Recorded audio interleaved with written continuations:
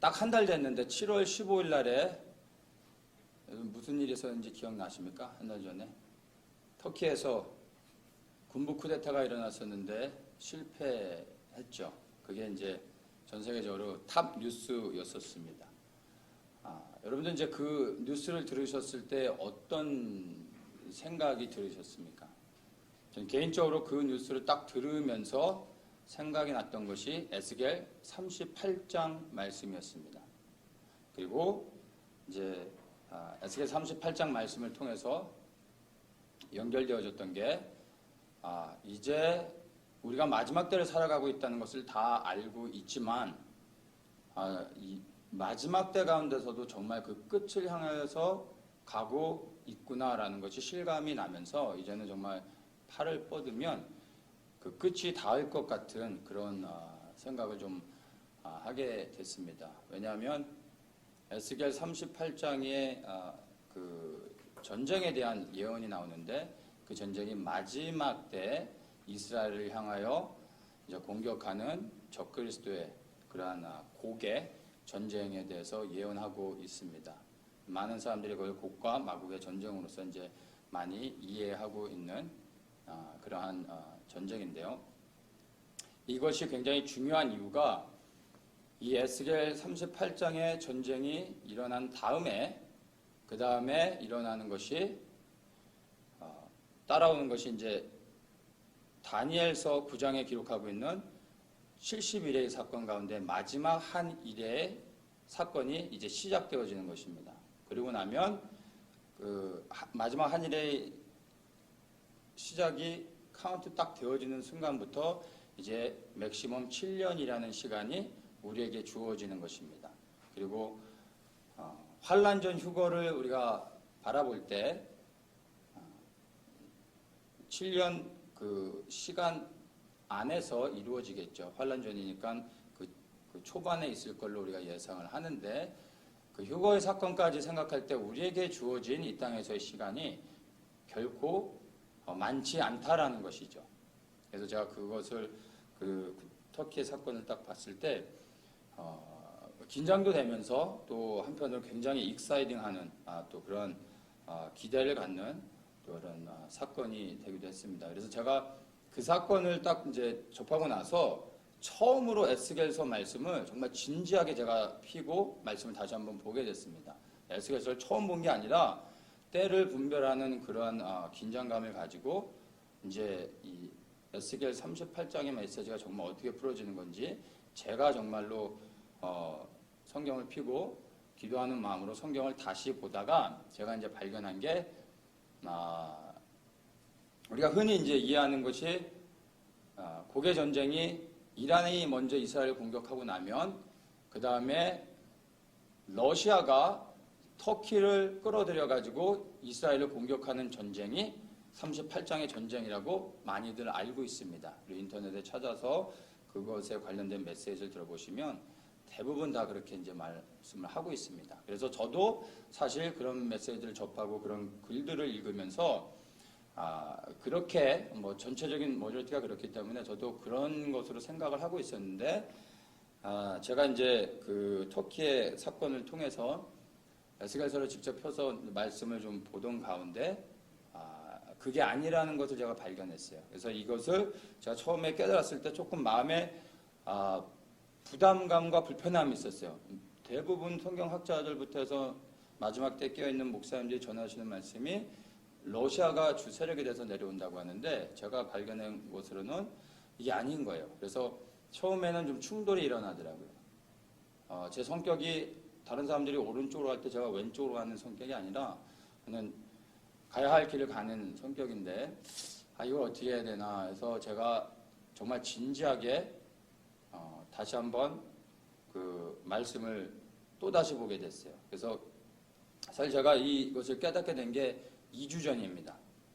2주 전에 이것을 깨닫고 지난 한 일주일 동안은 사실 제가 깨달은 것이 하나님이 깨닫게 해주신 이 말씀이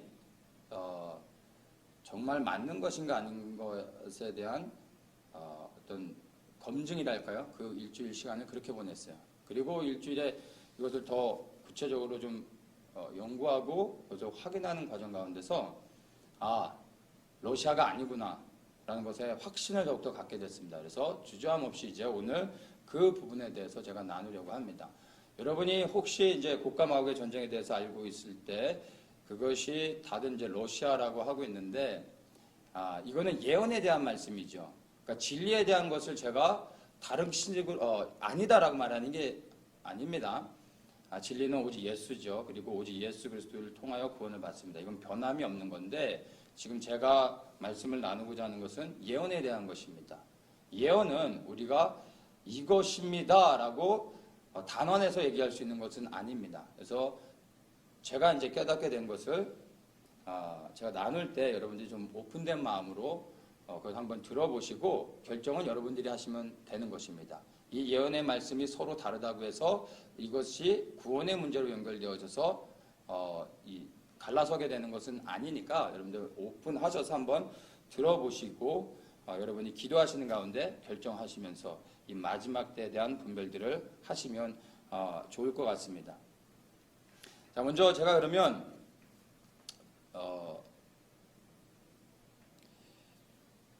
터키에 대한 이야기를 먼저 좀 시작하면서 에스겔 38장에 대한 구체적인 그 내용들을 좀 자세히 나누도록 하겠습니다.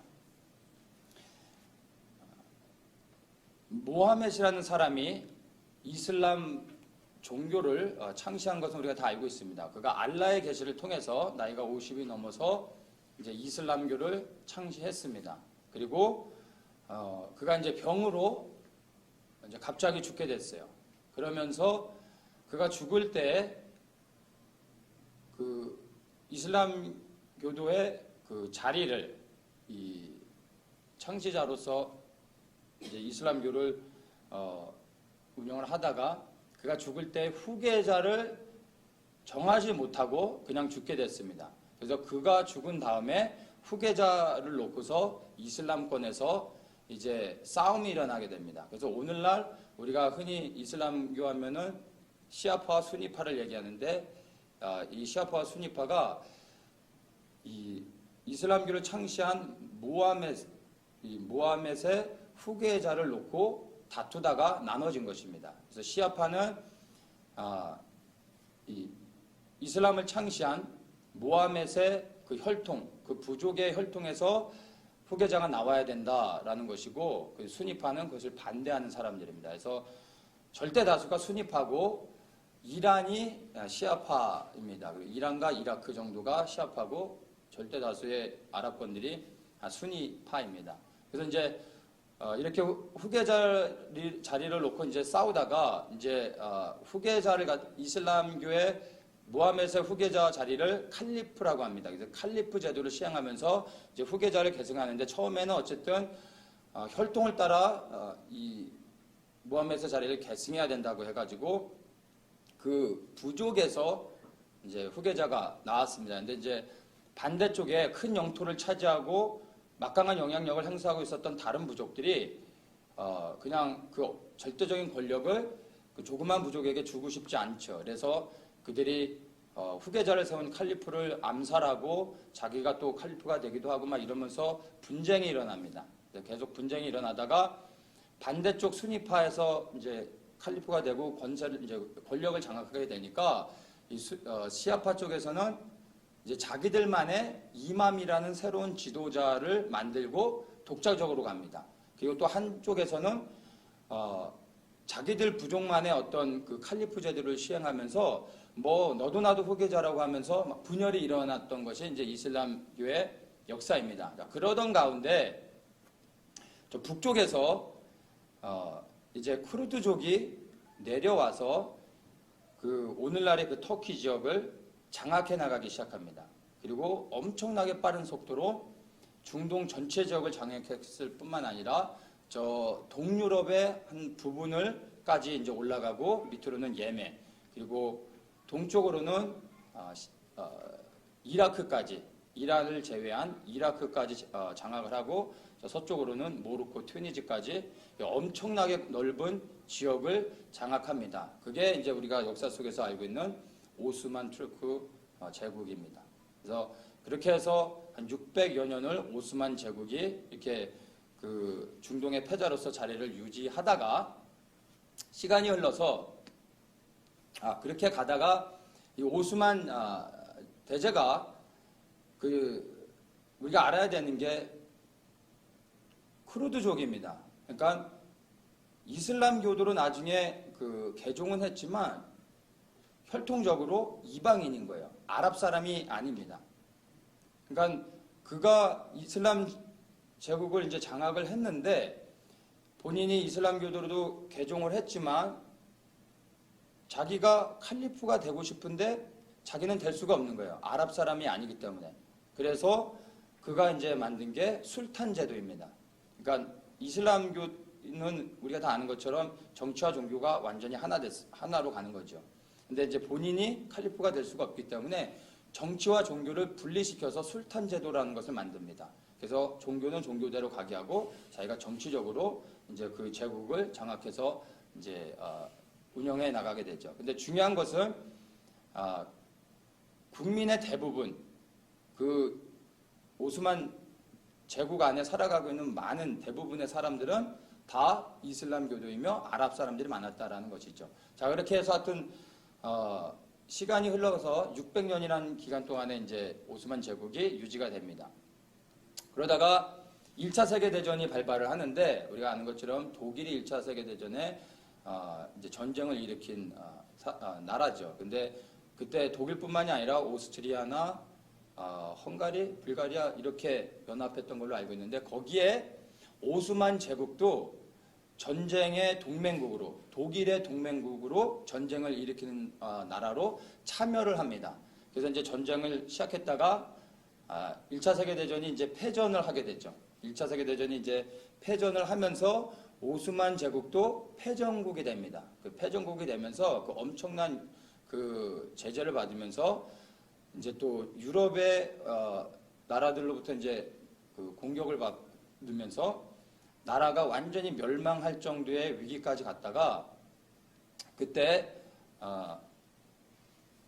이 무스타파 케말 장군이라는 이 군인의 절대적인 그 활약을 통해서 나라가 멸망당하는 거에서 이제 그 오스만 제국을 지켜내는데 그때 이제 남았던 영토가 오늘날의 터키 영토입니다. 모든 것을 다 잃어버리고 그 이스라엘 위에 있는 오늘날의 그 터키 영토를 지켜내는데 성공을 합니다.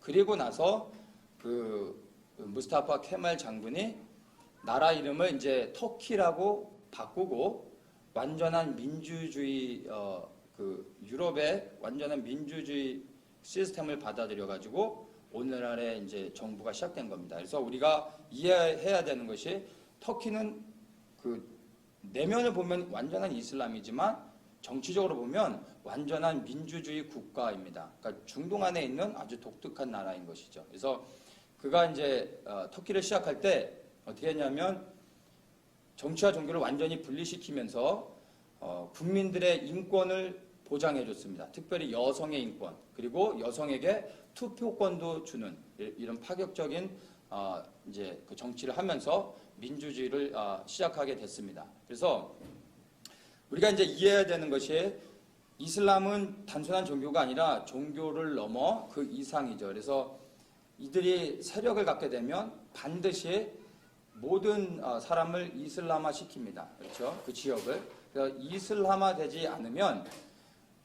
되지 않으면 떠나든지 아니면 죽든지 둘 중에 하나를 선택하게 하는 것이죠. 그게 이제 이슬람의 모습인데 정치적으로는 터키가 이제 완전한 민주주의 사회를 지향하고 지금까지 왔지만 그 내면 안에서 대부분의 국민들은 다 이슬람이기 때문에 항상 그 시간이 지나면서 강성 이슬람주의자들이 세력을 갖게 되면은 어떻게 됩니까? 그 나라를 이슬람화 시키려고 자꾸 했던 거예요. 그럴 때마다 이제 군부가 일어나서 군인들이 일어나서 그 세력들을 제거하고 다시 민주주의를 지키는 것입니다. 그래서 터키 헌법에는 군대를 갖다가 국가의 수호자라고 언급을 하고 있다라고 합니다. 그만큼 군인에 대한 신뢰도가 굉장하다고 합니다. 나라를 또한 지켜냈고 그게 터키의 근간이 됐기 때문에 군인에 대한 신뢰도가 막강하고 이번에 터키가 이제 쿠데타가 일어났는데 이게 처음이 아니라 벌써 5번째, 이게 6번째인가 그래요. 그러니까 그 터키가 건국된 이후로 많은 쿠데타가 일어났습니다. 근데 그때 쿠데타가 뭐냐면 일반적인 쿠데타는 어떤 한 사람이 권력을 장악해서 절대적인 권력을 가지고 독재를 하는 건데 터키에서 일어난 모든 쿠데타는 그게 아니라 민주주의를 지켜내고 국민들의 인권을 보호한다는 명분하에 항상 쿠데타가 일어났던 것입니다. 실제 그랬고 그래서 쿠데타가 일어날 때마다 국민들이 열렬히 환호하고 군대를 지원해줬습니다. 그래서 쿠데타에 성공하면 이제 군부가 2, 3년 정도 이제 그 나라를 다스리다가 안정이 되면 투표를 통해서 민간 정권을 이제 다시 이제 구성을 해가지고 군대로 다시 돌아가는 겁니다. 그리고 이제 다시 민주주의 사회로 복귀하게 되는 거죠. 그런 식으로 항상 했었는데 이번에 이제 쿠데타가 일어났는데 실패를 하게 됐습니다. 근데 이것이 주는 의미가 굉장히 우리에게 마지막 때를 살아가는 우리에게 의미가 있다라는 것입니다. 이번에 실패한 원인들을 보면은 뉴스에서 보셨지 모르겠는데 국민들이 에르도안 대통령을 절대적으로 지지해 줬다라는 것입니다. 근데 국민들이 지지해 준 데에서는 여러 가지가 좀 있는데 첫째는 그가 터키의 경제를 살렸습니다. 그러니까 국민들은 일반적으로 본인들이 먹고 살기 편해지면 뭐 정부에서 뭘 하든 이제 정부를 지지해주는 성향들이 있죠. 그래서 국민들이 일반적으로 에르도안 대통령을 좋아합니다.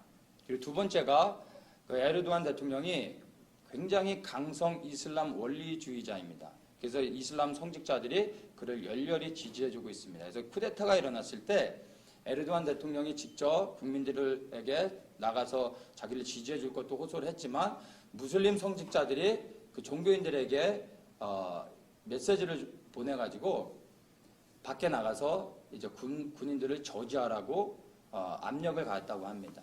그래서 그런 여러 가지 이유로 인해서 쿠데타가 실패했습니다. 사실 상식적으로 보면 무장한 군인들 그리고 뭐 탱크와 전투기를 동원한 이런 무장한 군인들이 한 6천 명 정도가 이제 정부를 장악하려고 한다면 아시지만 민간인들 수십만 명이 거리로 나온다고 해서 이길 수가 없어요. 탱크 한 대가 길거리로 나왔는데 뭐 수만 명이 달려든들 그 탱크가 끄떡이나 하겠습니까?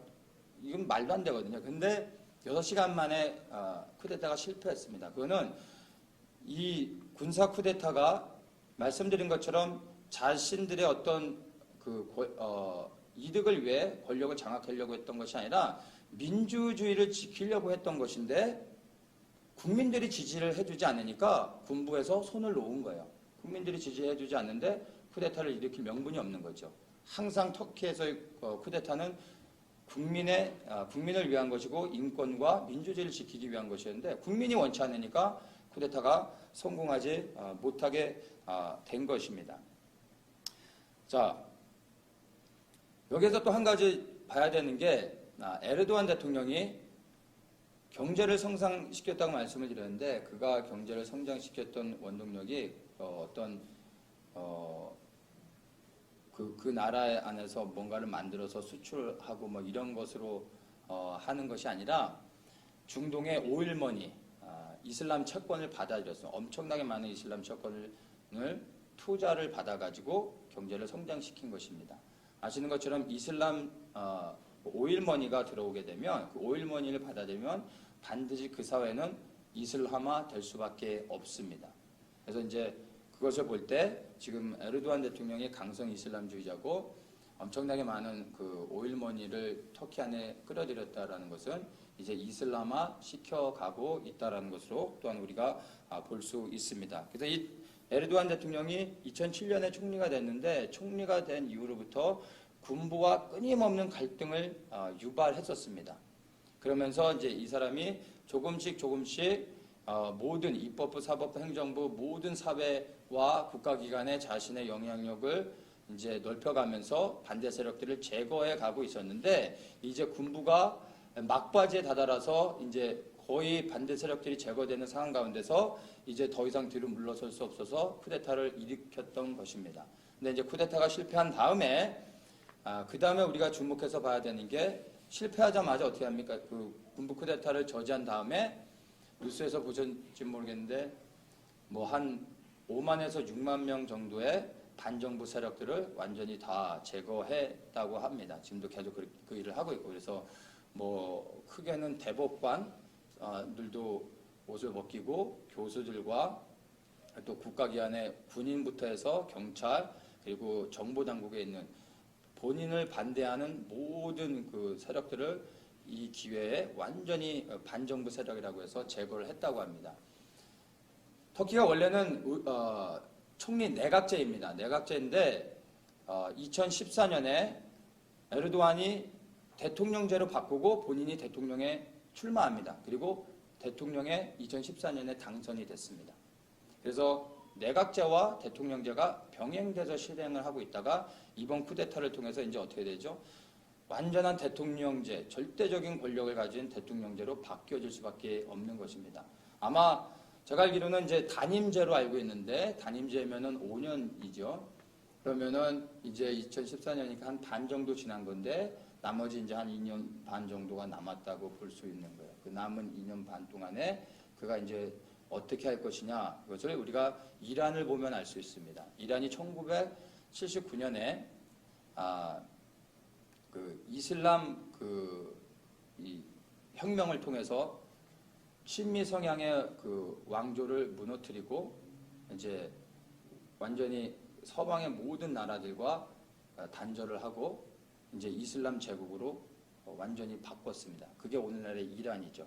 그래서 아시는 것처럼 이란은 스스로 말하기를 이란이 존재하는 목적은 이스라엘을 지구상에서 제거하는 것이 이란의 목적이다라고 말할 정도로 국가에서 그렇게 말하는 것입니다.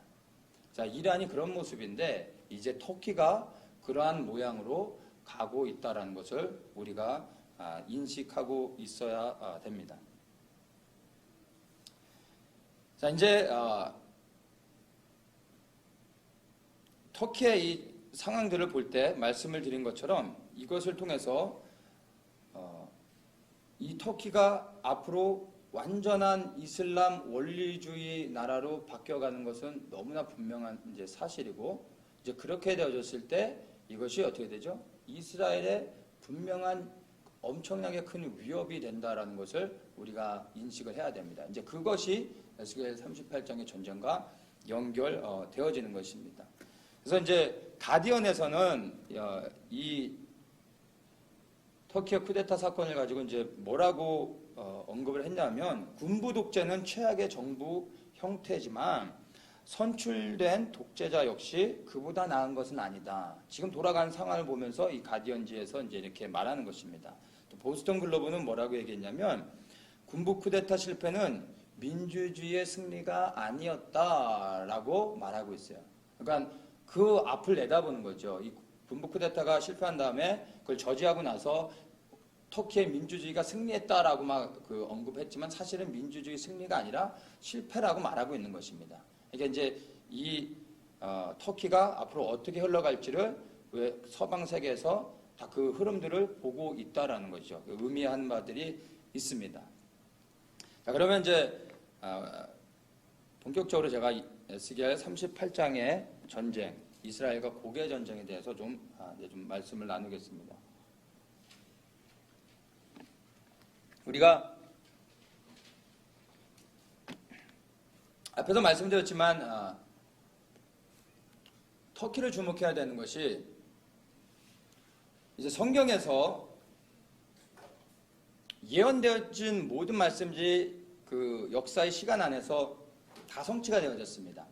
이제 앞으로 성취되어져야 될 그 예언의 말씀들 가운데서 이제 성취되어야 될 예언의 말씀들이 다 예수님의 재림과 연관되어 있는 것이죠. 근데 우리가 살아가고 있는 타임라인 안에서 이제 곧 제일 먼저 시간적으로 성취되어져야 될 예언의 말씀이 에스겔 38장의 말씀입니다. 근데 그 38장이 그 전쟁이 바로 터키와 연관됐다라는 것입니다. 그래서 우리가 터키를 더욱더 주목해 봐야 되는 것입니다. 자, 제가 이제 이 터키 사건을 보고 나서 이제 2주 전에 이제 정말 진지하게 그리고 심각하게 에스겔서 말씀을 이렇게 보다가 제가 이 지도를 좀 봐야 되거든요. 이 38장의 말씀을 좀 제대로 이해하려면. 그래서 제가 지도를 보통 성경을 보다 참조하면 구글링 하거든요. 구글에서 탁 치면 뭐 수많은 지도들, 유사한 지도 많이 나오잖아요. 그게 편리하고 그래서 저는 항상 구글링을 하는데 에스겔 38장의 말씀을 보다가 이제 지도를 봐야 되겠는데 제가 왜 그랬는지 모르겠어요. 제가 갖고 있는 지도 책을 열었어요. 귀찮잖아요. 그 책장에 꺼내서 찾아서 어디 있는지도 모르는 걸 찾아서 제가 왜 그러는지 모르겠어요. 근데 그게 아마 성령님의 인도하심이었던 것 같아요. 그래서 제가 지도책을 열어서 딱 봤는데 제가 인터넷에서 구글링 해가지고 이렇게 많이 찾아봤던 지도들과 다른 거예요. 그리고 고가 마국의 전쟁, 에스겔 38장의 전쟁, 러시아와 이란이 포인트고 러시아가 터키를 데리고 내려온다고 했던 것과 다른 거예요. 그래서 제가 심각하게 이거를 일주일 동안 연구하는 가운데 너무 분명하다라고 생각을 해서 제가 이제 그 말씀을 좀 구체적으로 이제 나누려고 합니다. 러시아가 아니라 결론을 먼저 얘기하면요. 러시아가 주동 세력이 돼서 터키를 데리고 오는 것이 아니라 러시아는 전쟁에 참여하지 않습니다. 터키가 주동 세력이어서 주변에 이제 이슬람 국가들과 연합을 이뤄서 내려오는 것입니다. 자, 마지막 때를 살아갈 때 우리가 하나님의 예언의 말씀을 정확히 이해하는 것이 중요합니다. 근데 다들 러시아가 주목해야 될 나라고 러시아가 주동 세력으로 내려온다고 이 38장을 이해하고 있기 때문에 터키가 내려와서 전쟁을 했을 때 많은 사람들이 러시아가 안 왔으니까 아직 에스겔 38장의 예언의 말씀이 이루어지는 게 아니야. 우리에게 시간이 있어 라고 말할 수 있다라는 거예요. 그래서 때를 분별하고 깨어있는 분들에게 굉장히 중요한 말씀입니다. 물론 교회 다니시는 분들 가운데 안타깝지만 에스겔 38장이 뭔지도 모르고 고가 마국의 전쟁이 뭔지 모르는 분들도 많더라고요. 그런 분들에게는 러시아가 오든 터키가 오든 상관이 없겠지만 정말 깨어 살아가고 있는 분들에게는 이게 굉장히 중요한 것입니다. 그리고 우리가 그걸 바르게 분별하고 그 말씀에 우리가 이제 반응하며 나가야 된다라는 거죠. 자, 제가 갖고 있는 책이 이건데요. 이게 이제 신학교를 다니면 누구나가 다 갖고 있어야 되는 어쩔 수 없이 사야 되는 책이에요. 그래서 저도 사서 가끔 보는데 굉장히 유용합니다. 이게 이제 바이블 아틀라스 말 그대로 성경 지도인데 저는 이제 홀맨 거를 갖고 있는데 그 존더반이나 몇몇 군데에서 이 성경이 나와요. 근데 이게 그 모든 학계에서 다 인정하는 겁니다. 그러니까 성경학자들뿐만이 아니라 그 지질학계에서도 어떤 역사적인 그 고증을 통해서 이 모든 사람들이 다 인정하는, 그래서 검증되어진 신뢰할 수 있는 그러한 지도입니다. 그래서 일반 지도가 아니라 성경에 언급하고 있는 많은 지형들과 그 지역들에 대해서 아주 자세하게 언급을 하고 있는 지도입니다. 그래서 굉장히 유익합니다. 근데 문제가 우리가 그 구글링에서 보는 에스겔 38장의 그 지도들은 검증되어진 게 아니에요. 그러니까 우리가 구글을 통해서 오늘날은 아주 너무나 쉽게 많은 정보들을 얻죠. 찾으면 다 있어요. 물어보면 다 대답해줘요. 근데 우리가 이제 구글을 통해서 쉽게 정보를 얻었을 때 해야 되는 게 뭐냐면 정보는 쉽게 얻는데 그것을 검증하는 데 많은 시간이 걸린다는 거예요. 출처가 어딘지를 몰라요. 많은 경우. 근데 그것을 검증해야 되죠. 우리가 이제 신학교에서 페이퍼를 쓰고 이럴 때 레퍼런스를 해야 되잖아요. 그래서 뭐 누가 얘기한 거냐 근데 뭐 구글에서 얘기했습니다. 뭐 옆에 집 아저씨가 얘기했습니다. 이러면 빵점 되는 거죠. F 맞는 거예요. 그렇죠? 분명하게 검증이 돼야 돼요. 근데 구글에서 우리 여러분이 얻는 정보의 대부분은 검증되지 않은 것들이 많아요. 근데 에스겔 38장의 그 지도, 관련된 지도들이요, 다 검증이 안 된, 본인들이 만들어낸 지도라는 거예요. 그래서 제가 그것을 좀 여러분들에게 설명을 해드리려고 하는데, 먼저 에스겔 38장 우리 함께 보도록 하겠습니다. 에스겔 38장 1절부터 한번 같이 보도록 하겠습니다. 여호와의 말씀이 내게 임하여 가라사대, 인자야 너는 마국 땅에 있는 곧 로스와 메섹과 두발 왕에게로 얼굴을 향하고 그를 쳐서 예언하여 이르기를, 주 여호와의 말씀에 로스와 메섹과 두발 왕 고가 내가 너를 대적하여 너를 돌이켜 갈고리로 내 아가리를 꿰고 너와 말과 기병 곧 내 온 군대를 끌어내되 완전한 갑옷을 입고 큰 방패와 작은 방패를 가지며 칼을 잡은 큰 무리와 그들과 함께한 방패와 투구를 갖춘 바사와 구스와 북과 고멜과 그 모든 때와 극한 북방의 도갈마 족속과 그 모든 때 곧 많은 백성의 무리를 너와 함께 끌어내리라. 자, 이게 에스겔 38장에서 언급하고 있는 전쟁의 내용입니다.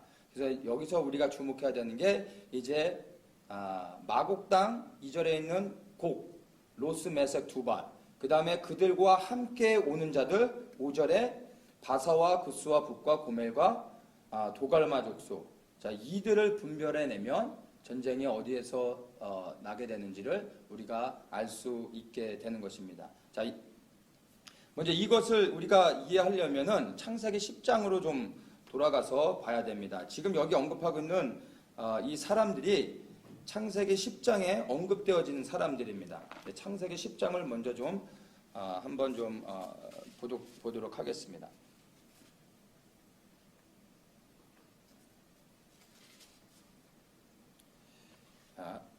창세기 10장의 1절부터 한번 보겠습니다.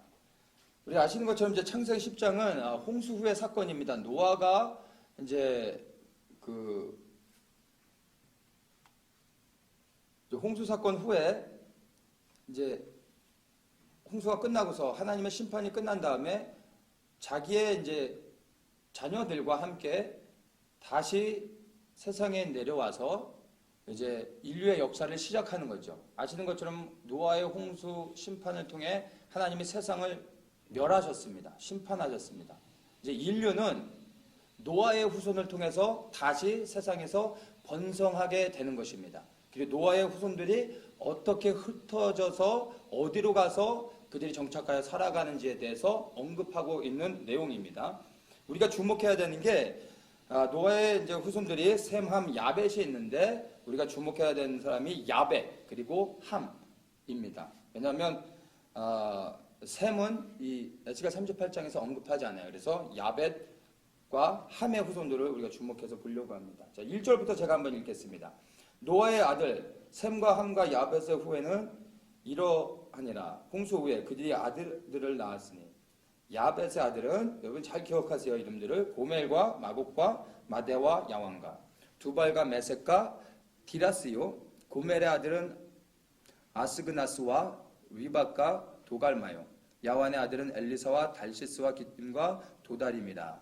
자, 이들로부터 여러 나라 백성으로 나뉘어서 각기 방언과 종족과 나라대로 바닷가의 땅에 머물렀더라. 함의 자손을 조금만 보겠습니다. 함의 아들은 구스와 미스라임과 북과 가나안이요. 구스의 아들은 스바와 하을라와 삽다와 라마와 삽드가요. 아라마의 아들은 스바와 드단이며. 여기까지 이렇게 보겠습니다. 자, 이들이 흩어져서 이제 자신들의 어떤 정착지를 찾아 나아가게 되는 것입니다. 자, 여기서 우리가 이해해야 될 것이 이들이 인류를 다시 시작하는 거예요. 인류의 조상이 되는 거죠. 그래서 이들이 흩어져서 어느 지역으로 가서 그곳에서 정착해서 살아가게 되면서 어떻게 되죠? 거기에 이제 이름을 만들게 되죠. 지금은 우리가 다 만들어져 있는 이 그 도시 안에 살기 때문에 다 모든 것이 정해져 있어요. 이름이 정해져 있죠. 그런데 만약에 우리가 저 이스트 10번을 넘어가서 또다시 어떤 새로운 타운을 만들 땐 그 타운의 이름을 만들어야 되겠죠. 길의 이름도 만들어야 되겠죠. 누군가는 이름을 만들어야 되는 거예요. 마찬가지 이들은 완전히 이제 리셋된 상태에서 인류의 역사를 시작하는 사람들입니다. 그들이 정착해서 들어가서 살아가는 곳에 그 이름을 뭐라고 할까요? 그들의 이름이 그 지역의 이름, 지명이 되는 거예요. 왜냐하면 이들이 시작한 사람들이기 때문에. 이해되시죠? 그래서 이제 이 야벳과 함의 아들들이 흩어져서 이제 정착하여 살아간 곳을 우리가 발견하면 이제 에스겔 38장에 언급하고 있는 그 족속들이 어디인지를 알고 어디에서 이제 공격이 시작되는지 우리가 분별할 수 있다라는 것입니다. 이거를 제가 그 PPT를 보면서 제가 좀 설명을 좀 드리도록 하겠습니다. 마곡 보이십니까? 마곡이 중요하거든요. 마곡 땅에 곡이 내려오는 거거든요. 근데 인터넷에서 제일 흔하게 보는 게 여기가 이스라엘이죠. 여기가 이스라엘인데 마곡을 여기다 놓고 있습니다. 여기 러시아죠. 도갈마를 여기다 놓고 있고 고모라고 하는 데를 여기 유럽에다 놓고 있어요. 그러면 메섹과 두발은 여기 터키에다 두고 있고요. 이게 다음 거 한번 보여주시겠어요? 이게 이제 그렇고 또 다른 것들은 마곡을 여전히 러시아에다 놓고 곡을 여기다 놓고 있죠. 그리고 다른 거 다음 거 자 이거는 이스라엘이 여기 있죠. 근데 이제 고멜을 이제 터키 끝에다 놓고 있고 도갈마는 터키 안에다 놓고 마곡, 메섹, 두발을 이제 러시아 진영 쪽에다 놓고 있습니다. 다음 거요. 대부분 다 공통적인데 여기 그림이 잘 안 보이지만 제가 설명을 드릴게요. 여기가 이제 이스라엘이고 도갈마, 고멜, 두발, 이를 여기 이 터키 안에다 두고 있고 보면은 여기가 이제 메섹, 그 다음에 로스라는 것도 나오죠. 이따 제가 이 로스에 대해서 설명을 드릴 건데 로스를 러시아에다 놓고 이 메섹도 러시아에다 놓고 있어요. 나머지는 다 터키 안에다 놓고 있습니다. 이게 일반적으로 여러분들이 구글에서 찾으시면 흔히들 나와 있는 건데 이게 자세히 보시면 본인들이 만들어낸 그림이에요. 본인들이 만들어낸. 이 출처는 어딘지 아무도 알 수가 없다라는 것입니다. 제가 아까 보여드린 이제 이 바이블 아틀라스는 이제 말씀드린 것처럼 그 창세기부터 해가지고 계시록까지 성경에서 말하고 있는 그 내용 가운데서 어떤 지형들, 그 시대마다 어떤 그 모든 지형들에 대해서 그 위치에 대해서 정확하게 말해주고 있습니다. 그래서 이거는 누구에게도 검증될 수 있는 어느 사람이 그냥 목소리 크게 막 외쳐가지고 되는 게 아니라 모든 부분에 다 검증되어진 거예요. 근데 여기서 제가 이제 보여드릴 게 이제 이 반 페이지밖에 안 되는 거예요. 반 페이지밖에 안 돼요. 제가 혹시 더 큰 그림 확실한 게 있나 싶어서 다 일일이 페이지를 넘겨가면서 찾았는데 이 반 페이지 되는 이거 딱 하나밖에 없더라고요. 이게 이제 뭘 얘기해주고 있냐면 또 테이블 오브 네이션 해가지고 창세기 10장에 노아의 후손들이 흩어져서 살아가게 된 그 지역에 대해서 언급해주고 있는 겁니다. 다음 거 한번 보여주시겠어요? 잘 안 보이시지만 제가 이제 설명을 좀 드릴게요. 이게 칼라별로 있는데 야벳, 함, 셈 칼라별로 그 세 후예들이 흩어져서 살아가게 된 정착해서 살아가게 된 지역을 칼라별로 다르게 했어요. 그러니까 야벳은 주로 북방으로 갔고요. 함은 이쪽 서쪽으로 가고 셈이 동쪽으로 가는 것이죠. 자, 거기서 제가 이제 보여드릴 것은 어떻게 되냐면 이따가는 이제 좀 더 이것을 봐야 되는데 여기에 지금 메섹이 있고요. 마곡을 여기에다 놓고 있고요. 메색이 여기 있고요. 두발이 여기 있고 도갈마가 여기 있어요. 로스는 등장하지 않습니다. 로스라는 단어는 제가 이따 설명을 드릴 거고요. 곡도 없죠. 곡은 지명이 아니라 사람 이름이에요. 그러니까 정확한 사람 이름이라기보다는 호칭이죠. 그래서 곡에 대해서도 제가 이따 설명을 드리겠습니다. 그러니까 마곡이 여기입니다. 여기를 마곡이라고 지금 놓고 있어요. 여기가 아니라 다 지금 그 2절에서 언급하고 있는 모든 메색 두발, 그다음에 마곡, 이게 중요한 건데 다 이 안에 들어가 있다라는 것입니다. 이 안에. 그것이 중요하고 그 다음에 이제 구스가 여기에 있어요. 구스가 여기에 있습니다. 이게 구스고요. 붓이 여기에 있어요. 붓이 여기 있습니다. 그게 이제 함께 연합해서 이스라엘을 쳐들어오는 나라들인 것이죠. 자, 이걸 제가 이거는 좀 이따가 다시 한번 좀 설명을 드리도록 할게요. 그래서 제가 이걸 통해서 이제 분별한 게 뭐냐면 마곡이 일반적으로 다 러시아라고 생각하고 있었는데 이 창세기 10장의 이 지도를 봤더니 다 터키 안에, 완전한 터키 영역 안에 있다라는 것입니다. 그래서 제가 이거 하나만 가지고는 조금 왜냐하면 대부분이 다 반대적으로 반대라기보다는 마곡을 분명하게 다 러시아로 놓고 있기 때문에 로스도 러시아로 보고 그래서 지도 하나만 가지고 주장하기에는 좀 그래서 제가 여러 가지를 좀 찾아봤습니다. 네, 그걸 제가 좀 이제 나누겠습니다. 자, 다시 38장으로 들어가서 다시 한번 제가 2절을 읽겠습니다. 마곡 땅에 있는 곡은 호칭입니다. 자, 이 곡이 누구냐? 로스, 메색, 두발왕에게 이렇게 말하고 있어요.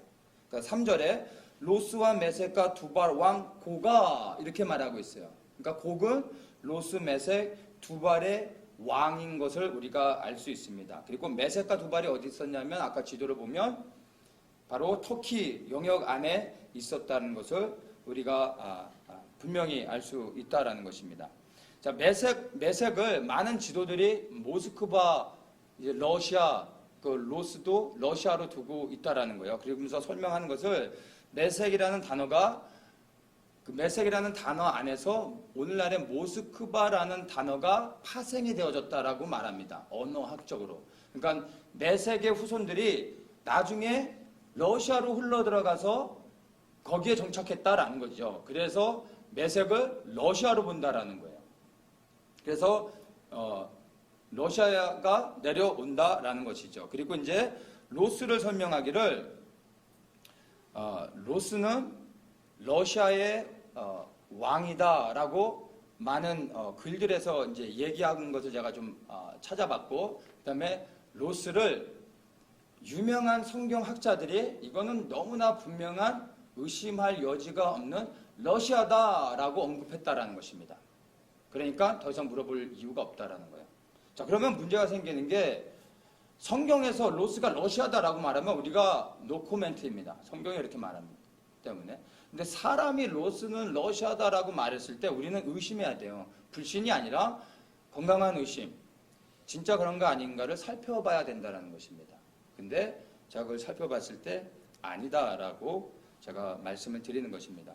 자, 곡에 대해서 설명을 좀 제가 드리겠습니다. 곡이 로스와 메색과 두발 왕인 것입니다. 그래서 곡이 누군지를 먼저 좀 보도록 하겠습니다. 이 곡이 히브리 사전에서는 뭐라고 얘기하냐면 The Prince of the Land of Magog 이렇게 설명하고 있어요.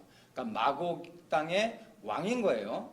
그러니까 마곡 땅은 아까 봤지만 터키 안에 있는 게 마곡 땅인 것입니다. 그리고 딴 데서는 마곡을 저 러시아로 놓고 있는데 거기에 대해서는 분명한 어떤 근거를 갖고 있지 않아요. 근데 제가 갖고 있는 지도에서는 분명히 마곡 땅이 터키 안에 있습니다. 자, 그리고 이제 곡이 어쨌든 마곡 땅의 왕인 것을 이제 히브리 사전을 통해서 말해주고 있고, 여기에 대한 이제 곡에 대한 데피니션은 뭐라고 하냐면은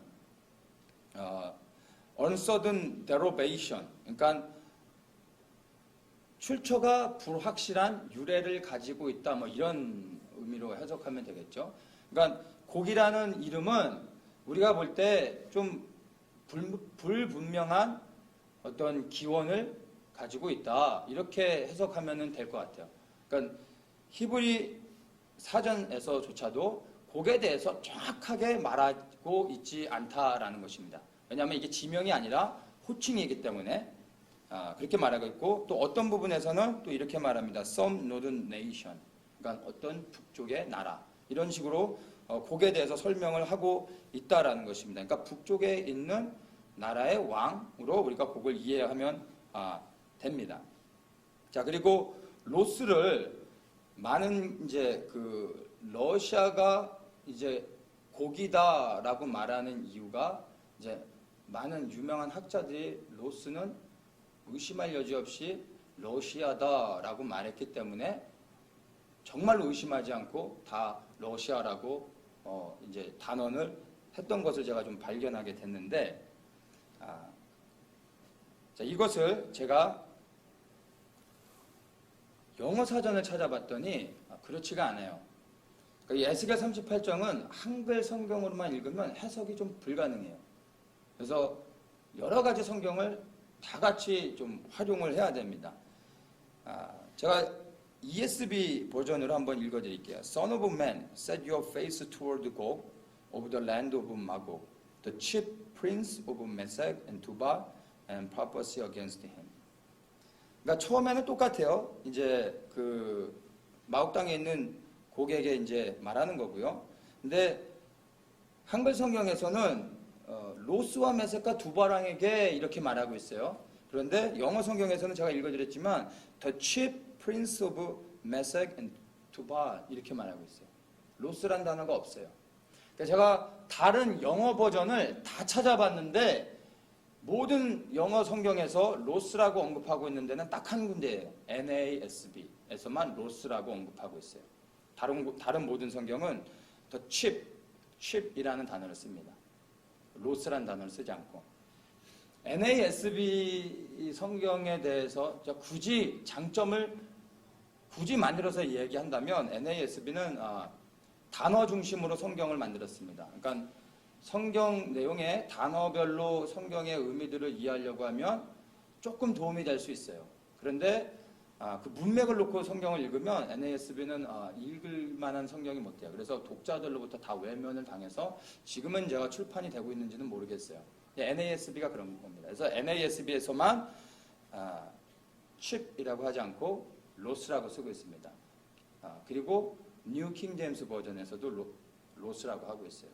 그러니까 킹 제임스 버전은 로스라는 단어를 쓰지 않고요. 뉴 킹 제임스 버전에서는 로스라는 단어를 쓰고 있습니다. 그래서 그것이 그렇고, 히브리 사전에서 뭐라고 얘기하냐면, 자, 이게 문제인데, 히브리 사전에서 언급하고 있는 내용이 undoubtedly the Russian, 이거는 의심할 여지 없이 러시안인이다, 러시아 사람이다, 러시아 사람을 언급하는 거다라고 말하고 있습니다.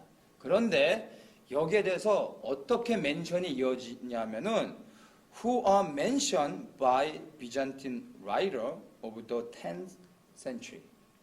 라는 단서가 붙어요. 그러니까 10세기에 비잔틴 라이터, 그러니까 뭐 일반 글을 쓴 사람이 아니라 그 비잔틴 시대의 성경학자겠죠. 이 성경학자가 말하기를 이거는 의심할 여지 없이 러시안인다 라고 말했다라는 거예요.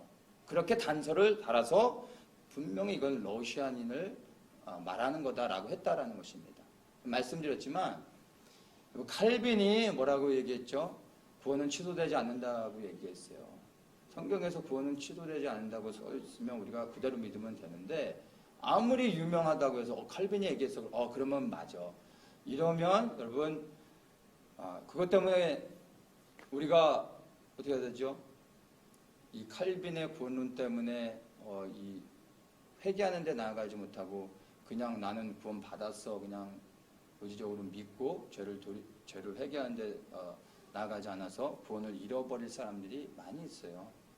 그러니까 사람들이 말하는 건 그가 어떤 사람이라 할지라도 그 사람 정말 성경에 박식한 사람이야, 우리 목사님이야, 이 사람 이 분야에 되게 유명한 사람이야 라고 말해도요, 여러분 성경으로 그것을 검증되지 않으면 의심하셔야 된다는 것입니다. 그 학자가 아무리 유명하다 할지라도. 근데 이거는 학자의 이야기입니다. 자, 그리고 또 로스에 대해서 뭐라고 얘기하고 있냐면은 이게 중요해요. Dwelling to the north of Taurus. 굉장히 중요한 definition입니다. Dwelling to the north of Taurus. 토러스의 북쪽의 토러스에 거주하는 이런 의미죠. 근데 이 토러스가 뭐냐면 토러스 산맥을 이야기하는 것입니다. 여기에 터키 밑으로 동서를 가로지르는 큰 터키의 산맥이 토러스 산맥이에요. 여기에 그러니까 뭐라고 Dwelling to the north of Taurus. 그러니까 토러스 산맥 북쪽에 거하는 사람들 맞죠? 뭐 어디죠? 마곡 땅 터키 여기가 되는 거예요. 이 터키 지역을 말하고 있는 것을 우리가 분별할 수 있다라는 것입니다. 그리고 모든 영어 성경에서 다 로스라는 단어를 쓰지 않고 칩이라는 단어의 의미가 뭐죠? head. 성경의 그 유세지를 보면은 head, top, chip. 이제 그런 의미예요. 그러니까 우두머리라는 의미로 사용하고 있다라는 것입니다. 그래서 이것을 우리가 다시 정리해서 보면 메섹과 두바 왕은 바로 이제 영어 성경을 한번 볼게요. 메섹과 두발의 우두머리 왕 마곡 땅에 있는 곳 이렇게 해석을 하면 되는 거예요. 그렇죠? 그게 정확한 해석이라고 볼 수 있는 것입니다. 로스를 지역으로 보면은 안 되는 것입니다. 우두머리 왕, 메섹과 두발의 우두머리 왕인 마곡 땅에 있는 곳. 근데 우리가 다 살펴봤지만 그게 지금 오늘날의 터키 지역 안에 있다라는 것을 우리가 분명하게 알 수 있다라는 것입니다. 자, 그 다음에 여기까지는 정리가 됐어요. 그러면 이제 5절부터 터키와 함께 동맹국으로 이스라엘을 치러 오는 그 이슬람 나라들을 우리가 좀 잠깐 보도록 하겠습니다. 5절에 바사와 구스와 붓, 고멜 그리고 도갈마 이렇게 말하고 있어요. 자, 먼저 보면은 바사는 우리가 아는 것처럼 제가 성경을 다른 영어 성경들 다 봤더니 바사는 그냥 다 바사. 그러니까 바사는 페르시아라고 다 번역하고 있어요. 우리는 바사 제국하면 페르시아인 건 다 알고 있죠. 그래서 모든 성경이 다 페르시아라고 번역하고 있어서 바사를 페르시아로 이란, 오늘날의 이란으로 이해하면 되겠고요. 구스와 붓을 있는데 구스를 다른 영어 성경들을 보면요, 이디오피아라고 다른 영어 성경들이 대부분 이디오피아라고 아예 적고 있어요. 그래서 이제 연합국으로 참여하는 많은 나라들을 뭐라고 하냐면 이디오피아에서 내려온다라고 지금 사람들이 얘기하고 있는 거예요. 근데 여기에서 보면은 여기에서는 지금 구스죠, 구스와 붓인데 그 붓을 어디로 보냐면 붓은 리비아로 보거든요. 그러니까 에티오피아와 리비아라고 아예 많은 성경에서 이야기하고 있는데 그걸 제가 볼게요. 구스와 붓이 어디 있냐면 이 창세기 10장에 이제 함의 후손들이 흩어져서 살게 된 곳입니다. 여기 보이시나? 이게 애굽이죠. 이게 나일강이 이렇게 흘러가고 있는데 구스가 여기 있습니다. 구스가 여기 있고요. 이게 미츠라임이에요. 미츠라임이 이집트를 말하는 겁니다. 또 우리는 한글 성경엔 미츠라임이라고 써 있는데 영어 성경에서 어디에서는 미츠라임이라고 안 하고 이집트라고 써 있어요. 미츠라임은 이집트고요. 구스가 여기 있어요. 그 붓이 여기 말씀드렸지 여기 있다고 했어요. 자, 그러면은 이 지형을 한번 잘 이렇게 그려보시고 다음 페이지 한번 넘겨주시겠어요? 자, 이게 이제 이스라엘이고 아까 봤지만 구스가 여기 있어요. 여기. 그리고 붓이 여기에 있어요. 이쯤에. 이집트 지역이죠. 이디오피아는 여기 밑에 있어요. 수단도 아니고 여기 이쯤이란 말이야. 붓이. 그러니까 글씨가 여기 써졌다고 해서 여기만이라고 볼 수는 없겠죠. 당연히. 그러니까 그 영역들이 넓혀질 수는 있는데 이디오피아까지 간다는 것은 조금 아닐 것 같아요. 제 생각에는. 이거는 근데 그렇게 중요한 것은 아닙니다. 메인은 누가 주동해서 오느냐예요. 근데 창세기 10장에 나와 있는 그 지도로 볼 때 구스는 여기에 있고요. 붓은 여기에 있어요. 그래서 우리는 일반적인 다른 성경들은 이디오피아라고 말하고 리비아라고 말하고 있습니다. 그래서 이들이 더 연합해서 올 수도 있겠죠. 근데 어쨌든 그 지도로 볼 때 다 이집트 안에 있다라는 것입니다. 그전 지도 한번 다시 좀 보여주시겠습니까? 그전 지도 보여주시고, 그 다음에 그 고멜, 그 다음에 도갈마가 6절에 이제 연합국으로 참여하는데, 고멜은 여기 있고요. 그 다음에 도갈마도 여기 있어요. 그러니까 이건 터키죠. 그냥 터키라고 그냥 보시면 돼요. 그러니까 터키가 내려온다라고 보면 되고요. 고멜을 어떤 사람들은 이제 유럽으로 놓는 이유가 뭐냐면 고멜, 영어로는 고모라고 말하는데 이 고모가 나중에 이 고모라는 단어에서 저머니라는 단어가 파생되어졌다고 합니다. 그래서 그 고모의 후손들이 독일로 유럽으로 넘어가 오늘날의 독일이라는 나라를 이제 세웠다라고 말합니다. 그래서 유럽으로도 보는 거예요. 근데 후손들이 나중에 흘러가서 정착한 곳을 지금 이 에스겔 38장의 그 지역으로 해석을 한다면 문제가 뭐냐면 예를 들어서 에스겔 38장이 하나님이 홀도하셔가지고 한 100년 정도가 지나갔어요. 그러는 사이에 메섹과 두발 그리고 고기 그 후손들이 그 지역에서 떠나서 대한민국으로 이주를 다 해버린 거예요. 그래서 거기에 다 살아버리는 거예요. 100년 후에 에스겔 38장이 성취되려고 할 때는 그럼 어떻게 되는 거죠? 대한민국이 터키를 끌어들여가지고 이스라엘을 공격하는 게 돼버리는 거예요. 말이 안 되는 스토리가 되는 거죠. 그러면 이 예언은 계속 바뀌는 거예요. 에스겔이 이 말씀을 예언했을 당시에 바로 그 지역들이 오늘날 이스라엘을 치러 내려오는 나라들이 된다라고 이해하는 것이 가장 정확하고 분명한 해석이 된다라는 것이죠. 에스겔이 살아가던 노아 시대 때 이제 정착해서 살아갔을 때와 에스겔이 살아갔을 때는 이제 BC 600년 정도죠. 그때까지만 해도 동일한 지명에 동일하게 그 사람들이 그 동일한 이름을 부르며 살아갔다라는 거예요. 그리고 시간이 이제 AD로 넘어와서 로마가 이스라엘을 점령하고 막 이러면서 세계 이제 역사가 다시 바뀌어지면서 지명들이 바뀌어지게 되죠. 그 고대 시대에 에스겔이 살아갈 때까지는 노아 후손들이 정착해서 살아가서 이름을 붙인 그대로 사람들이 부르며 살아갔던 것입니다. 이거에 대해서는 의심의 여지가 없죠. 그러니까 이 말씀의 해석은 에스겔이 선포했을 때, 예언했을 때 그 당시의 기준으로 우리가 찾아서 분별해야 된다는 거예요. 근데 이 지도는 인터넷에 아무리 찾아보셔도 구할 수 없는 거예요. 없어요. 그러니까 사람들이 대부분 게싱을 하면서 그렇게 자기들의 이제 스토리를 만들지 않았나 이렇게 이제 생각을 합니다. 자, 그러면 여기까지는 이제 우리가 이제 그 분별이 됐습니다. 자, 그 다음에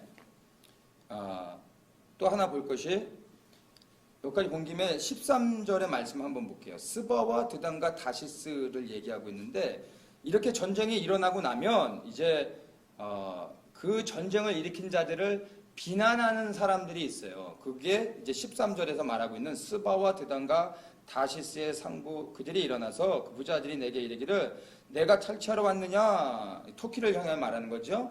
내가 내 무리를 모아 노력하고자 하느냐 이렇게 말하면서 그들을 비난한다라는 것입니다. 스바와 드단과 다시스의 상고, 다시스의 상인이라는 말이죠. 자, 이거를 한번 찾아볼게요. 스바와 드단과 다시스.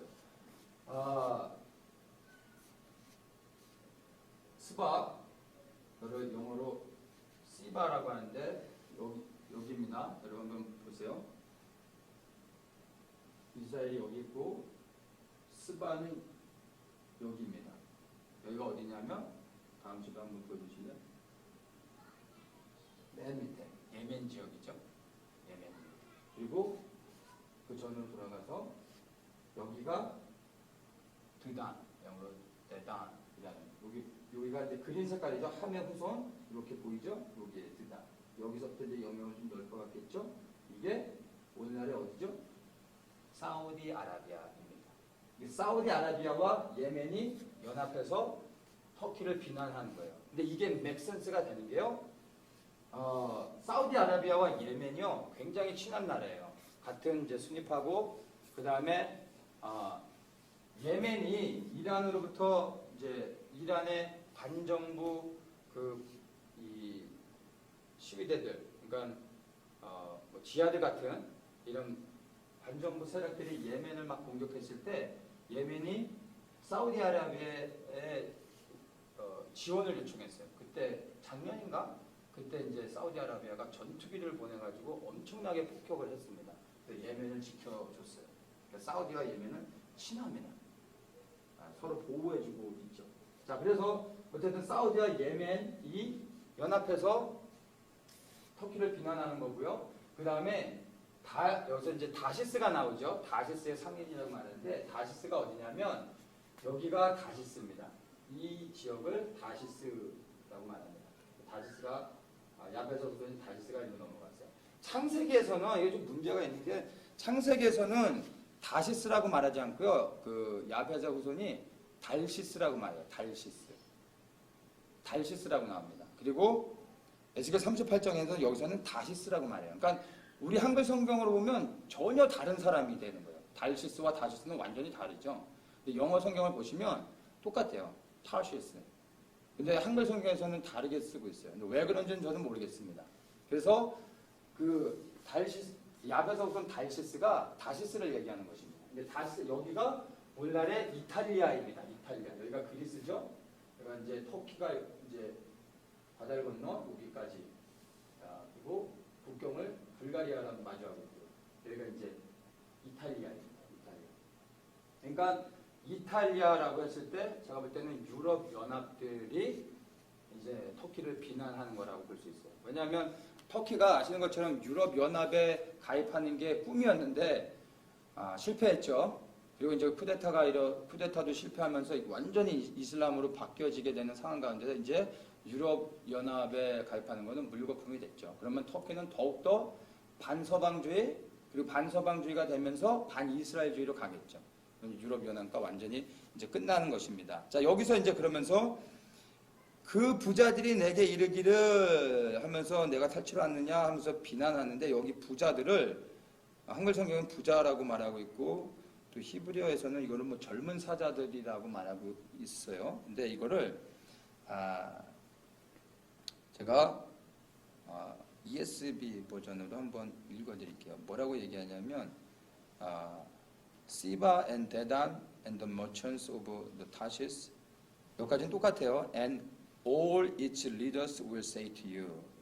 그러니까 그 부자들이 아니라 그 시바와 드단과 그 다음에 다시스를 포함한 모든 그들의 리더들이 그들을 향하여 비난할 것이다 라고 말하고 있는 거예요. 그러니까 이것으로 해석을 할 때 전쟁에 참여하지 않은 아랍국들의 연합이 비난을 하는 거고 이탈리아가 포함되어 있는 유럽 연합의 그 국가들이 비난을 한다라고 우리가 이해를 하면은 될 것 같습니다. 그게 바로 이제 에스겔 38장에서 우리가 창세기 10장에 노아의 후손들이 흩어져서 살아가게 된 그것을 베이스로 해서 이해할 수 있는 내용들인 것입니다. 여기까지는 여러분들 다 이해가 되십니까? 자, 그러면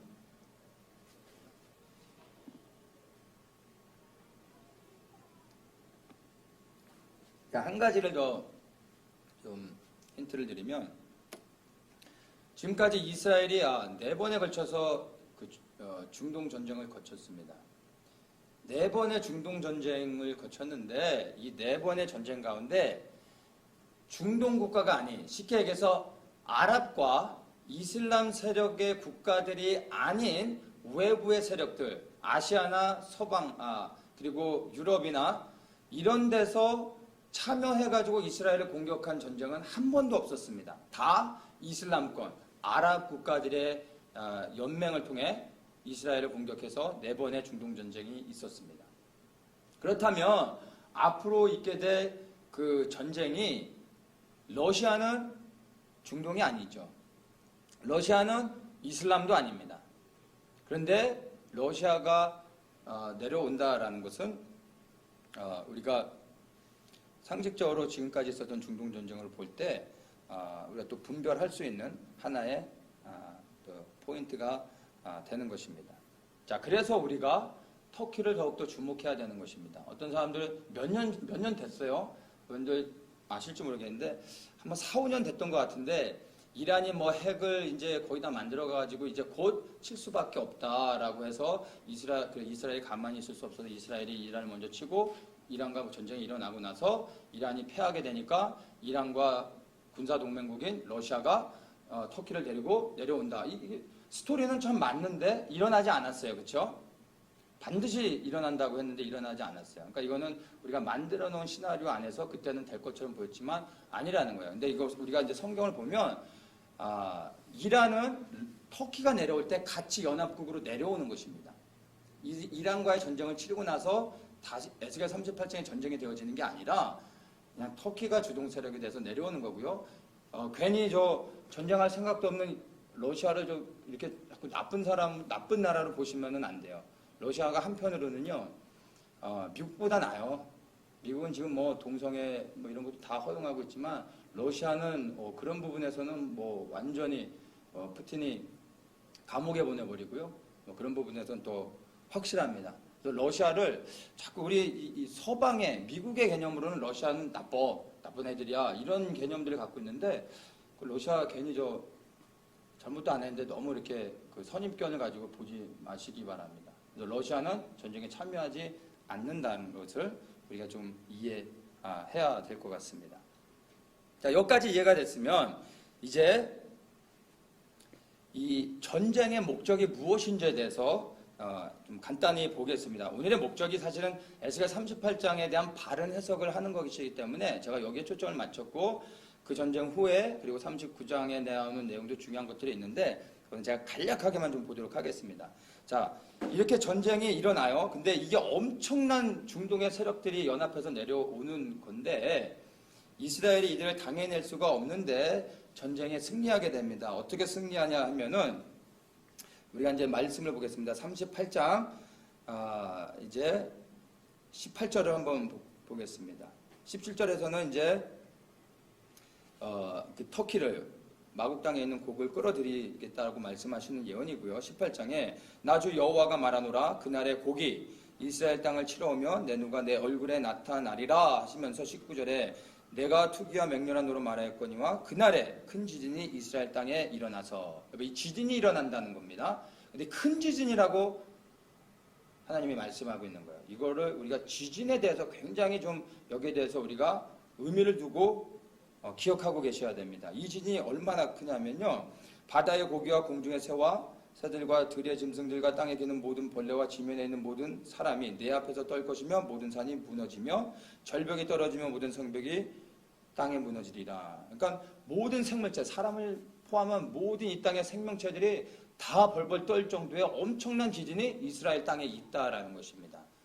이 지진이 또 주는 의미가 있는데 이건 좀 이따가 제가 기회가 되면 얘기하고요. 자, 이렇게 지진이 일어나고 그 다음에 21절에 나 주 여호와가 말하노라 내가 내 모든 산 중에 그를 칠 칼을 부르니 각 사람의 칼이 그 형제를 칠 것이며 22절에 하나님이 어떻게 이스라엘을 치러 오는 터키와 그 연합군들을 멸하시냐면 온역과 피로 그를 국문하며 쏟아지는 폭우와 큰 우박덩이와 불과 유황으로 그와 그 모든 때와 그와 함께 많은 백성에게 비를 내리듯 하리라. 와, 이 엄청나죠? 저는 22절 말씀이 문자 그대로 되어질 거라고 믿습니다. 그러니까 이렇게 하시는 이유가 있어요. 이스라엘이 싸워가지고 최첨단의 무기로 싸우고 전략이 좋고 뭐 우방국들이 도와주고 이런 게 아니라 이스라엘은 가만히 있는 거예요. 구약시대 성경에서 흔히 나오는 스토리죠. 흔히는 아니지만 하나님이 이스라엘 백성들을 보호하실 때 우리가 경험했던 것들입니다. 왜 이렇게 하나님이 초자연적인 역사를 통해서 이들을 멸하시냐? 23절입니다. 이와 같이 내가 여러 나라의 눈에 내 존대함과 내 거룩함을 나타내어 나를 알게 하리니 그들이 나를 여호와인 줄 알리라. 이 말씀이 중요해요. 에스겔서에서 처음부터 끝까지 끊임없이 하나님이 반복해서 하시는 말씀이 뭐냐면 열국이 나를 이스라엘을 거룩하게 하는 여호와인 줄 알리라. 내가 이스라엘의 여호와 하나님일 것을 알 것이다. 내가 하나님이다. 내가 여호와 하나님이다. 이 말씀을 끊임없이 하세요.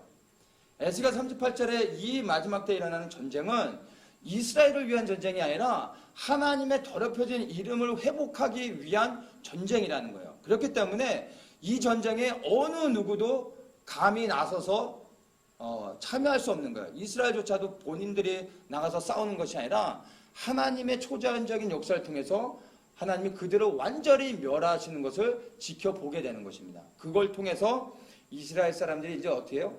하나님 앞에 돌아오게 되는 것을 예언하고 있습니다. 자, 그거를 한번 보도록 하겠습니다.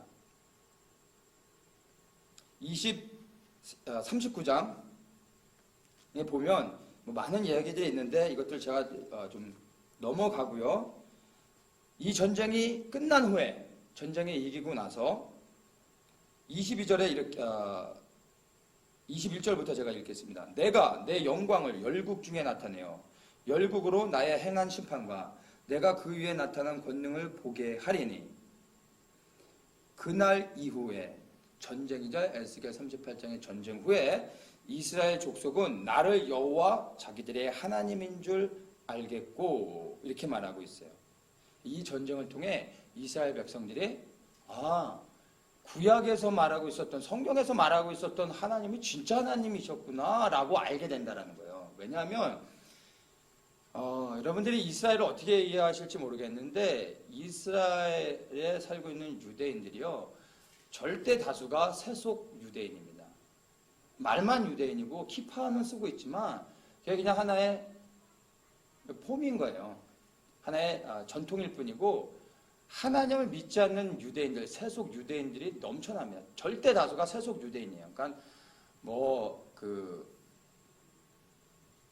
성경의 내용들을 믿지도 않고 이 세상 사람들과 동일하게 살아가고 있는 절대 다수의 사람들, 그리고 아주 소수의 종교인들이 성전을 지으려고 하고 이 땅에 이제 정말 메시아가 오기를 소망하고 있는 것입니다. 근데 대부분의 유대인들은 상관없이 살아가고 있어요. 그런데 그런 모든 유대인들이 이 사건을 통해서 이거는 누구도 부인할 수 없고 모든 세상의 이방 나라들까지도 우와하면서 이스라엘의 하나님이 진짜 여호와 하나님이구나 라고 알게 된다는 거예요. 근데 이스라엘에서 그 전쟁을 당하는 유대인들은 어떻게 했어요? 야, 이 성경의 하나님이 진짜 우리 하나님이셨구나. 이분 살아계신 하나님, 성경의 하나님이 정말 역사하시는 살아계신 우리의 하나님이셨구나 라고 이들이 하나님을 인정하고 하나님 앞에 나오게 된다라는 것입니다. 그러면서 이제 26절을 보면은 그들이 그 땅에 평안히 거하고 두렵게 할 자가 없게 될 때 부끄러움을 품고 내게 범한 죄를 뉘우치리니 이렇게 말하고 있습니다. 자, 이거를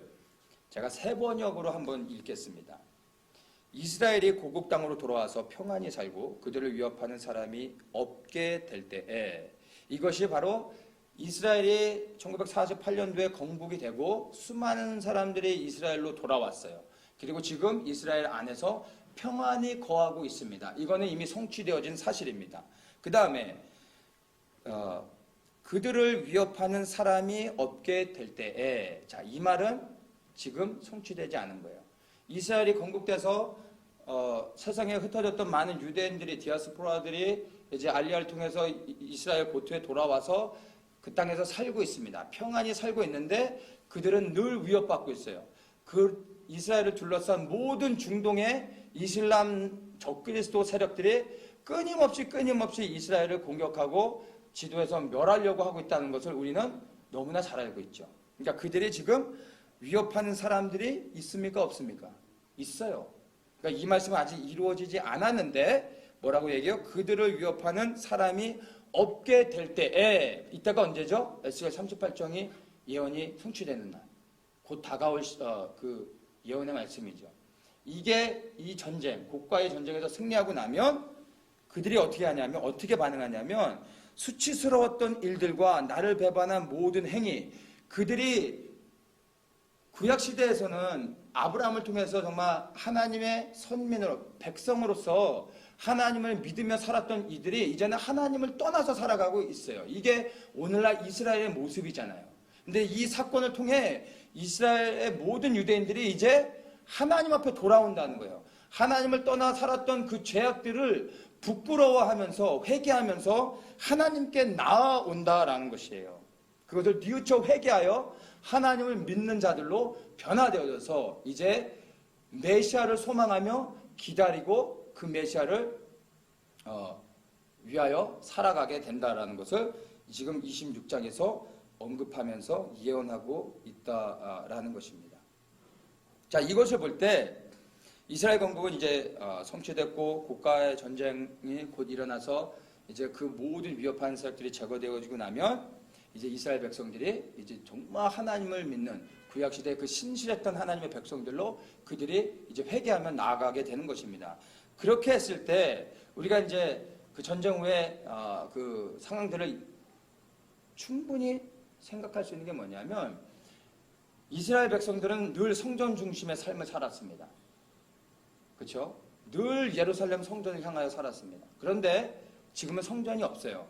근데 이 대다수의 유대인들은 상관없이 살아요. 왜? 하나님과 상관없이 살기 때문에 성전이 없는 게 전혀 문제가 되지 않아요. 소수의 종교인들은 지금도 성전을 지으려고 노력하죠. 그래서 그들이 예루살렘 그 위로 그런 자들이 막 성전을 지으려고도 한답니다. 그래서 정부에서 막고 있죠. 왜냐하면 예루살렘 성 안에서 성전을 지면 뭐 이건 전쟁이죠, 말 그대로. 그러니까 정부, 세속 정부에서 막고 있는 것입니다. 소수의 종교인들은 성전을 짓고 제사를 드려야 되잖아요. 이스라엘 사람들의 이게 본능 아닙니까? 근데 이 전쟁이 이기고 나면 이스라엘 사람들이 이제 하나님을 믿게 되면서 우리에게 성전이 없네. 성전을 짓고 성전에서 우리가 하나님께 제사 드리며 예배를 드려야 되는데 라는 열망이 생기게 되겠죠. 모든 국민들한테.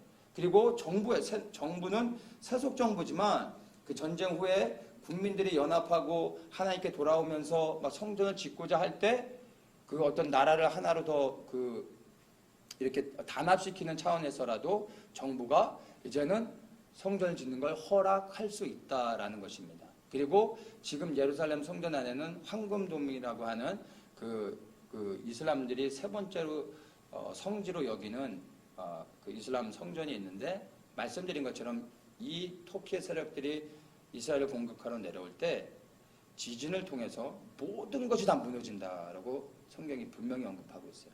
그러면 그때 성전산에 있는 성벽도 무너지고 그 모든 것들이 다 무너질 것입니다. 반드시 무너지죠. 그리고 이스라엘은 전쟁에서 이긴 승리국이에요. 침략국이 아니라 침략한 자들을 대패해가지고 이긴 승리국이 되잖아요. 그리고 지진을 통해서 모스크는 무너졌고, 그러면 국제사회도 이스라엘 사람들이 이제 성전을 짓는 것에 대해서 반대할 수가 없는 거죠. 그들은 승리국이고 합법적으로 자신들의 성전을 짓게 되니까 국제사회에서도 문제가 되지 않는 것입니다. 자, 근데 이것이 중요한 게 이제 성전이 지어지게 되면 이스라엘 사람들이 뭘 할까요? 매일 예배를 드리게 되는 거예요. 그리고 그것을 위해 준비가 다 됐다라고도 말을 하고 있잖아요. 뭐 제가 확인 안 해봐서 모르겠지만 어쨌든 성전을 짓게 되면 그들이 성전에서 매일 예배를 드리게 되는 것입니다. 그러면 다니엘서 9장에서 말하고 있는 마지막 한 일회, 인류의 역사의 마지막 한 일회가 시작이 되는 거예요. 그것이 이제 성전을 짓고 어떤 식으로 정해질지 모르지만 어떤 국제적으로 모든 사람들이 알 수 있는 이스라엘이 어떤 조약을 맺게 되는 거예요. 그리고 나서 성전에서 이제 합법적으로 예배를 드리게 되죠. 그게 마지막 한일의 7년의 시간인 걸 우리가 다니엘서를 통해서 분별하고 있잖아요. 자, 그러면 이제 에스겔 38장의 전쟁이 있고 난 후에 즉시로 성전이 세워지고 성전을 짓는데 1년이면 된다고 그러더라고요. 다 준비되어 있기 때문에. 그리고 나서 성전이 지어지고 나면 마지막 7년의 이 인류의 역사의 마지막 시간이죠. 카운트다운이 되는 거예요. 한일회가 시작되는 거예요. 그리고 환란전 휴거를 볼 때 휴거의 사건이 있게 되는 거지요. 그러면 우리에게 주어진 시간이 정말로 이 땅에서의 삶이 얼마 남지 않았다라는 것을 우리가 분명하게 이것을 통해서 알 수 있다라는 것입니다. 자, 여기까지 또 분명히 이해되셨죠? 자, 그러면 제가 이제 말씀을 이쯤에서 마무리 짓는데, 제가 33장 말씀을 좀 하나 좀 더 잠깐 나누고 말씀을 마무리를 짓겠습니다. 오늘 말씀의 핵심이 38장에 대한 예언을 바르게 좀 해석하는 부분이었기 때문에 다른 것들을 좀 간단히 나눴고요. 제가 이제 이 터키의 사건을 보면서 에스겔서를 쭉 처음부터 이렇게 보다가 이제 핵심은 에스겔 33장부터입니다. 이제 그 전에 이제 에스겔을 부르는 장면이 나오고, 그 다음에 이제 이방에 대한 심판들이 나오는데, 에스겔 33장부터 이제 이스라엘에 대한 회복을 약속하시면서 이제 그 예언의 말씀들을 하시는데, 에스겔 33장에서 어떻게 시작을 하냐면요, 파수꾼의 임명을, 사명을 에스겔에게 주십니다. 제가 한번 읽겠습니다. 33장 1절부터 여호와의 말씀이 내게 임하여 가라사대, 인자야, 너는 내 민족에게 고하여 이르라.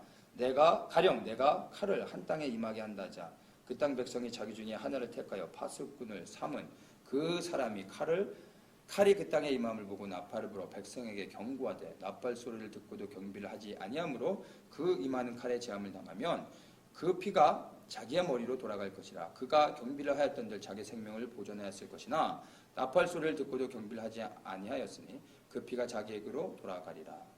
그러나 파수꾼이 칼이 임함을 보고도 나팔을 불지 아니하여 백성에게 경고치 아니하므로 그 중에 한 사람이 그 임하는 칼에 재함을 당하면 그는 자기 죄악 중에서 재함 받으려니와 그 죄를 내가 파수꾼의 손에서 찾으리라. 자, 이게 에스겔을 부르셔서 이제 이스라엘을 향한 그 중요한 예언의 말씀을 선포하게 하기 전에 하나님께서 에스겔에게 임명하신 파수꾼의 그 메시지인 것입니다. 자, 이 말씀이 뭐냐면, 쉽게 얘기해서 성을 지키는 파수꾼이 있잖아요. 성을 지키는 파수꾼이 적들이 침입해 올 때 나팔을 불어줘서 성 안에 있는 사람들이 준비하게 해주는 거예요. 적군이 들어온다라고 나팔을 부르므로 성에 있는 사람들이 준비해서 적을 대적할 수 있게 해주는 거예요. 근데 나팔을 불었음에도 불구하고 그가 적들에게 죽게 되면 그것은 자기의 죄로 죽는 것이라고 말하고 있는 거예요. 그리고 그 사람은 자기의 죄로 죽고 그것으로 끝나는 것입니다. 파수꾼은 자기의 역할을 한 것이죠. 그런데 파수꾼이 적들이 들어오는 것을 보고서도 나팔을 불지 않아서 성 안에 있는 사람이 죽게 되는 거예요. 여기 잘 들으세요. 이게 굉장히 중요한 말씀이에요. 나팔을 불지 않았어요, 파수꾼이.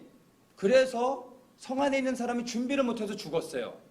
그런데 그 나팔을 불지 않아서 준비하지 못해서 죽었지만, 그 죽은 사람은 여기서 뭐라고 얘기하냐면은 그 사람의 죄로 인하여 죽은 거라고 말하고 있어요. 파수꾼의 죄라고 말하지 않아요.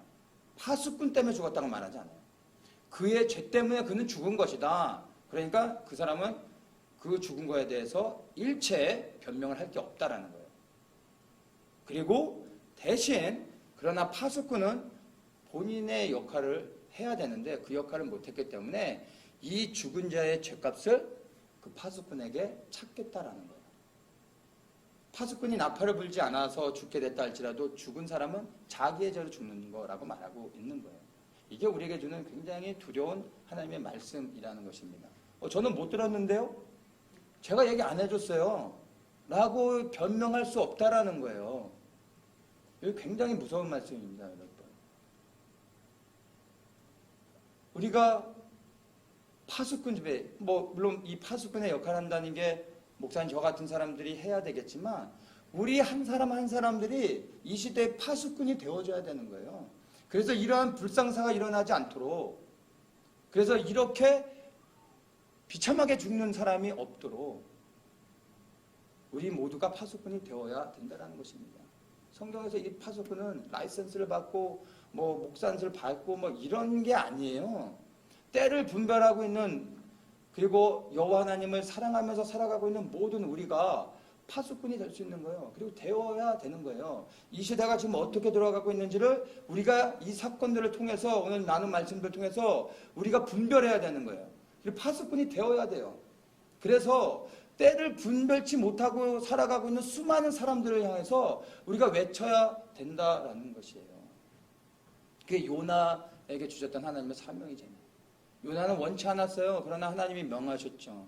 그가 그냥 건성으로 말씀을 선포하며 회개를 선포했어요. 하나님의 심판을 선포했어요. 그런데 그 분간을 못하고 죄악한 자 살아가던 자들이 수없이 회개하며 하나님께 나왔다라는 거예요. 마지막 때 이 니느웨에 있던 하나님의 거룩한 자들, 회개하여 천국에 간 이 자들이 심판의 자리에 나와서 심판한다고 말하고 있잖아요. 여러분, 우리가 이제 이 시대에 때를 분별하면서 파수꾼이 되어야 됩니다. 제가 이 사건을 통해서 정말로 이제 제가 터키 사건을 보면서 한 가지 제가 다짐한 게 있어요. 그리고 그 주님이 주시는 그 감동 가운데서 제가 이제는 정말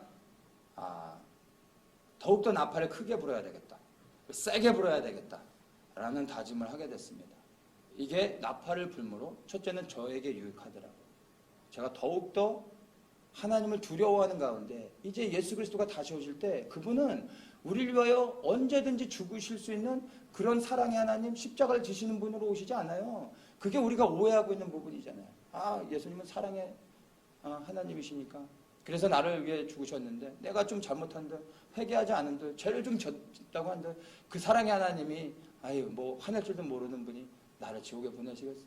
아니에요, 여러분. 이 오해예요. 그분은 단 한 번 우리를 위해 죽으셨어요. 그걸로 끝이고 그걸로 충분한 겁니다.